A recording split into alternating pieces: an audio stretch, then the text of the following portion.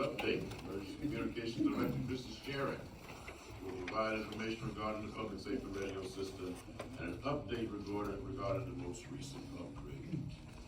Ms. Shearin. Good evening. I'm going to start off tonight going backwards a little bit to recap how we started this process.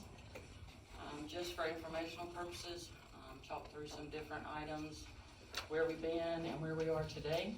And at the end of the presentation, I will turn it over to Harris Corporation, who has individuals here that will speak to you tonight, for you to ask questions and express concerns to. So we'll start off with, in 2002, 2003, we did an upgrade. In that upgrade, it was for 95% coverage, 95% of the time, countywide coverage. During that upgrade, we constructed a 300-foot tower at the 911 center, and there were 3 remote receiver sites in Youngsville, Bunn, and Laurel Mill. So that was the first upgrade that we went through.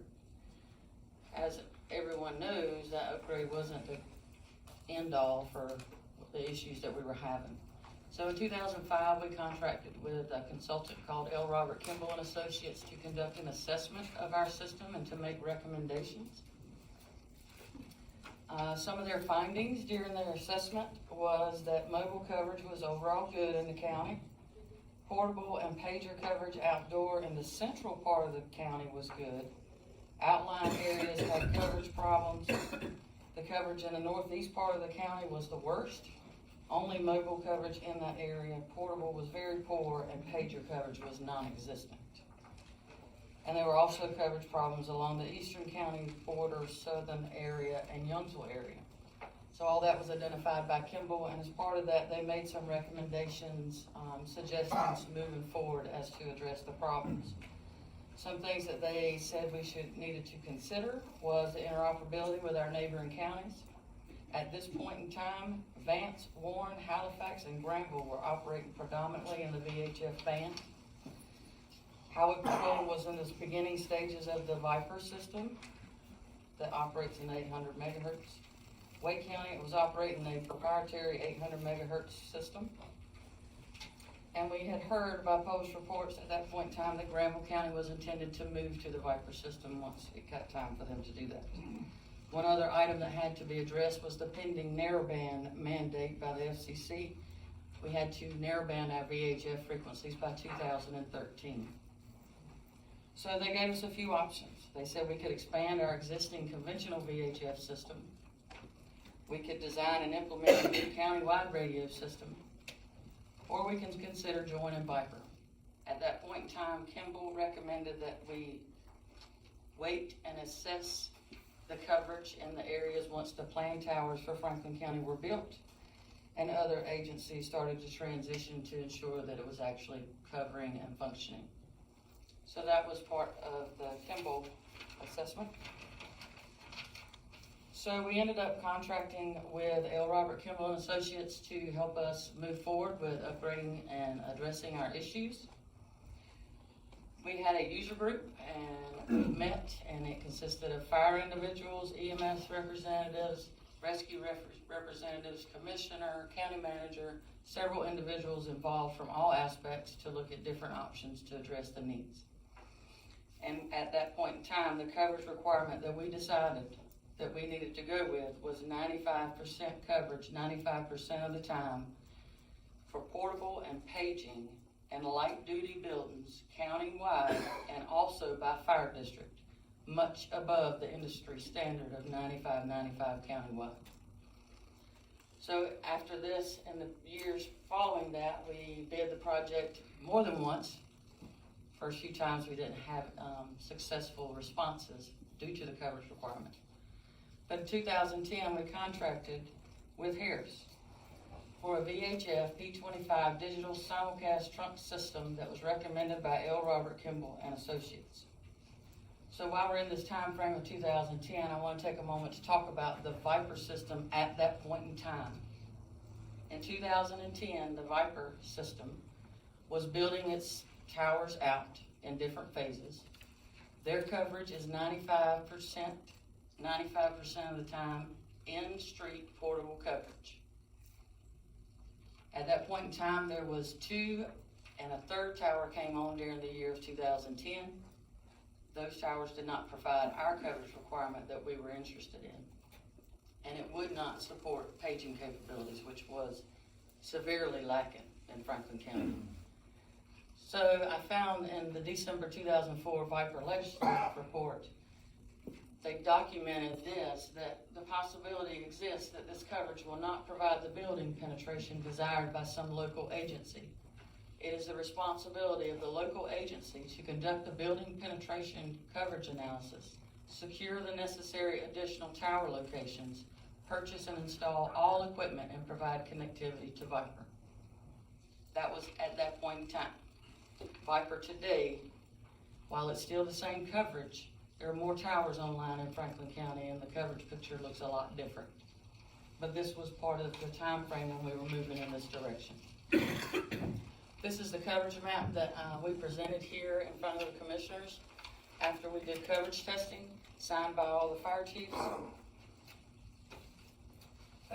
One thing I will note on this is that when we did coverage testing, we used only 2 of the 4 channels in the system, because 2 of those channels were actively being used by law enforcement at the time and they could not be used as part of testing. That comes into play later on when I get into the issues that we were found. And while we're on this, just a little bit of information. So the original cost of the system was set at not to exceed amount of $10.7 million. That was approved by this board.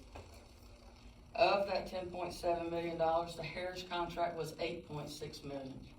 Of that $8.6 million, it included $5.1 million, which was the system itself and the components therein. $2.5 million of that was for the radios that the responders would use. 270 mobiles and 464 portables were bought by the county and given to every responder agency in this county. $750,000 of that was to pay for a 5-year maintenance plan on the system once we accepted it. And $500,000 of that was for the consoles in the 911 center remodel. The remaining approximately $2 million paid for the towers that we constructed, the site civils, the concrete buildings at each site, generator, concrete pads, etc.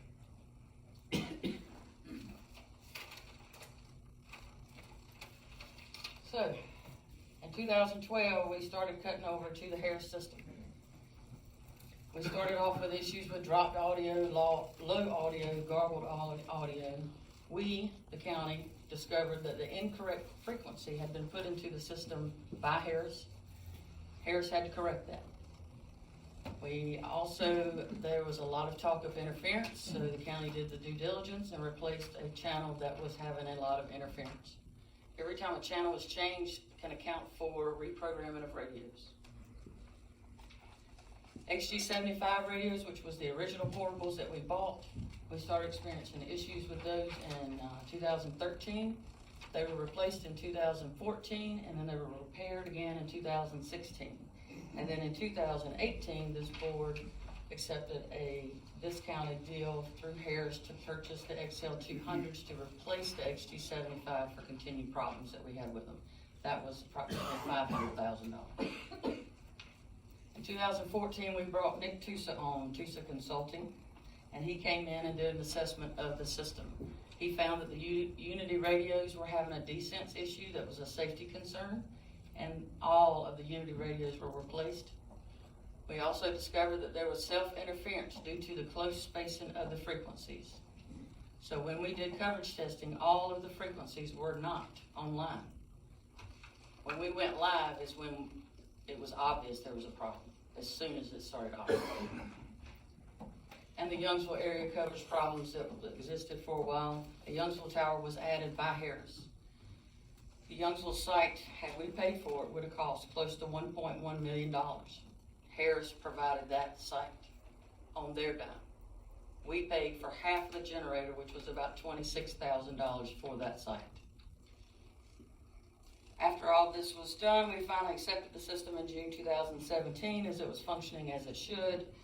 and we went into the 5-year maintenance plan. All of the troubleshooting and everything that was done in those years was not a cost to the county. The funds I just talked about are the only funds that were spent on the radio system. So now we get to the upgrade. As part of the upgrade, you've heard me say this before, was upgrading to phase 2 technology, which basically took a channel and allowed 2 people to talk on it at once.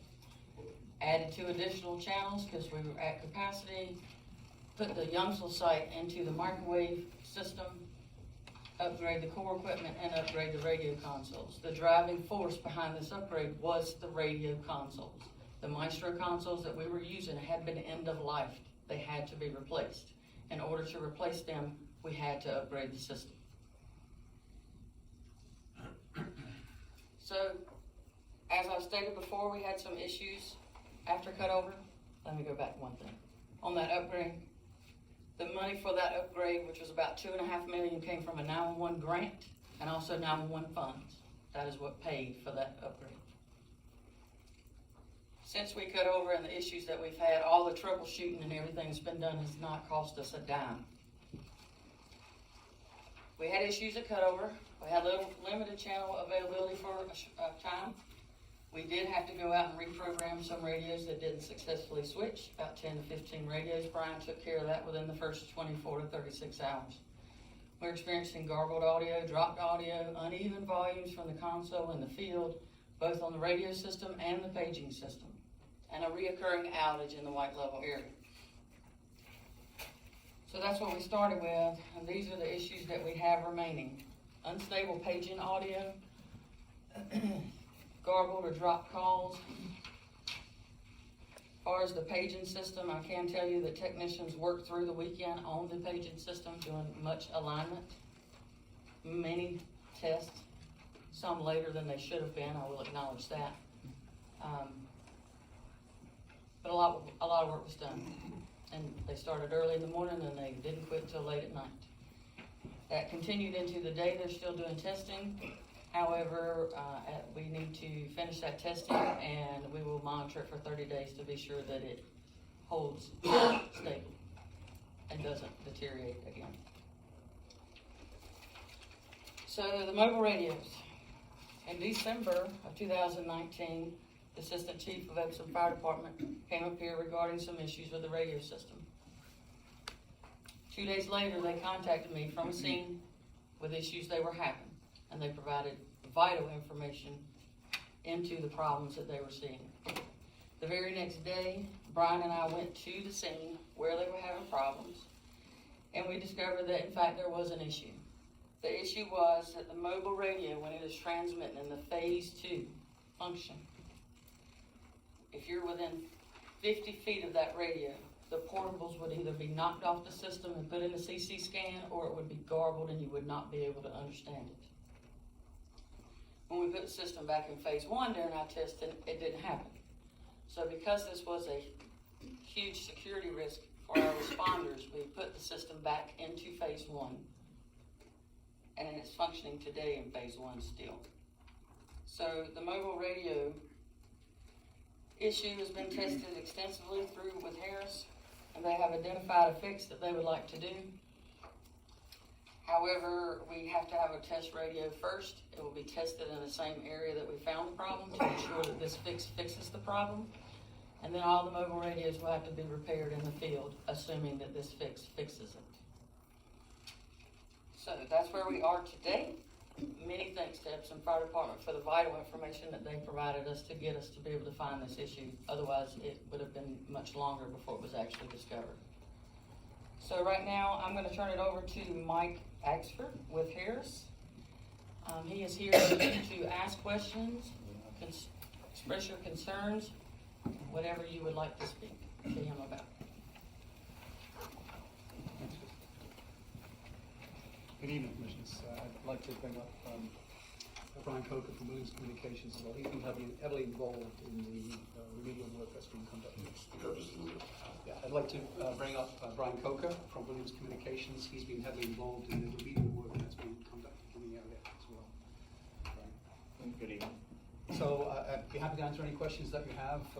And thanks to Cindy and also Epsom Fire Department. I want to second the information that they provided, because that really did give us valuable insight into this problem, which we had not actually seen.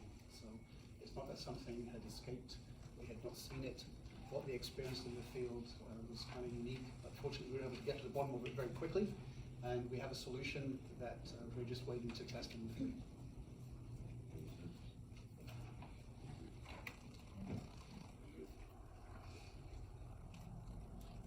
Anybody have any questions? No? No questions? I have a question. Now, when we purchased this system from Harris, we thought that we had vetted the system with other communities who had used the system. My question to you today is are you having these issues with any other system? Like Wayne County was one of them, maybe Johnson County was one that used your system. Are you having any of the issues that you found here with any of your other systems that you sold in this area? Yeah, not to my knowledge. I mean, each customer has different types of dependencies and requirements. So there's always minor issues that crop up. Some of them are quite serious issues, but I think the message is that Harris is behind the technology and will follow up and fix these things. The issues that you're seeing here, as I said earlier on, are quite unique to your situation here. I think being in the VHF band in particular, with this mobile radio issue that we have addressed, the problem only exists with radios operating in specific channels in this UHF band. That's why it was very difficult to track it down, in fact, and that's why the information that was provided here by Epsom Fire Department was so crucial. Does that answer your question? So, yeah, so what you experience in Franklin County, you don't have that in any other system anywhere else? Not only in North Carolina, but anywhere else you sold the system? This particular problem of this localized interference, if you're within 20 to 50 feet of a transmitting mobile, we have not heard of that anywhere else. I have not heard of that anywhere else. Do you have any reasonable explanation why that is the case here? I think going to phase 2 in a VHF environment with the channels that you have, that is what exposed the problem. Again, there were lots of dependencies that caused this issue to happen. Unfortunately, you had the right recipe. So, having said that, and the problem is not corrected yet, is that correct? We have corrected the problem in terms of not within the county. It's not deployed yet in the county, but we have corrected it. We provided an updated radio to Brian Coker's organization, and we're just waiting to schedule the test in the field to validate that fix. Once it's validated, then we will be in the county to roll that fix out to the mobiles that we have. So you'll be back before this board next month, in 30 days, to report as to whether or not this particular situation has been corrected? Absolutely. If that's what you'd like me to do, I can be here in 30 days. Yes. Anybody else have a question? Will there be a cost to this correction? Will there be a cost to this correction? No. L3 Harris will take care of that completely.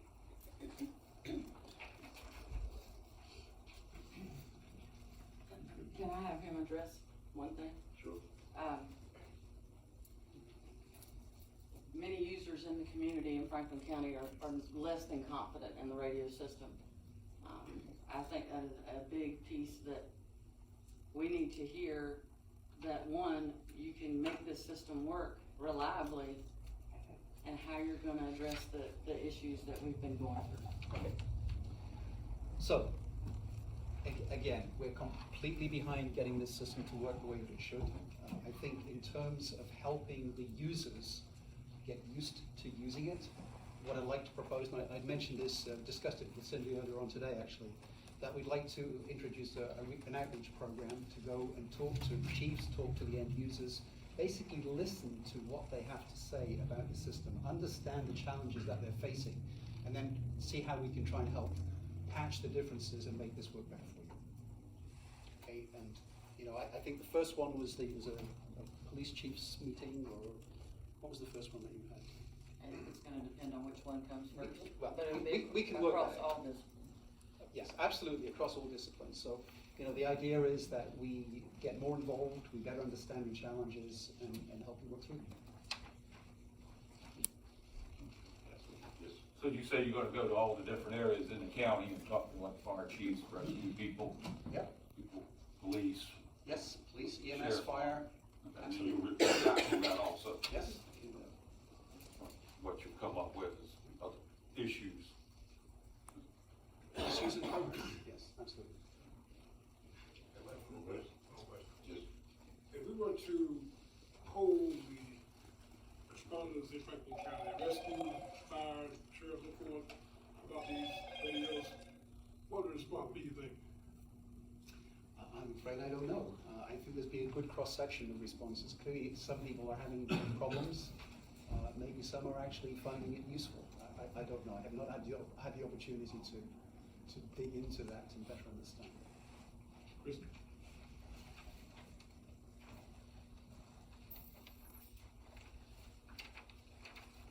I think it'd be half and half. Half in favor, half not in favor?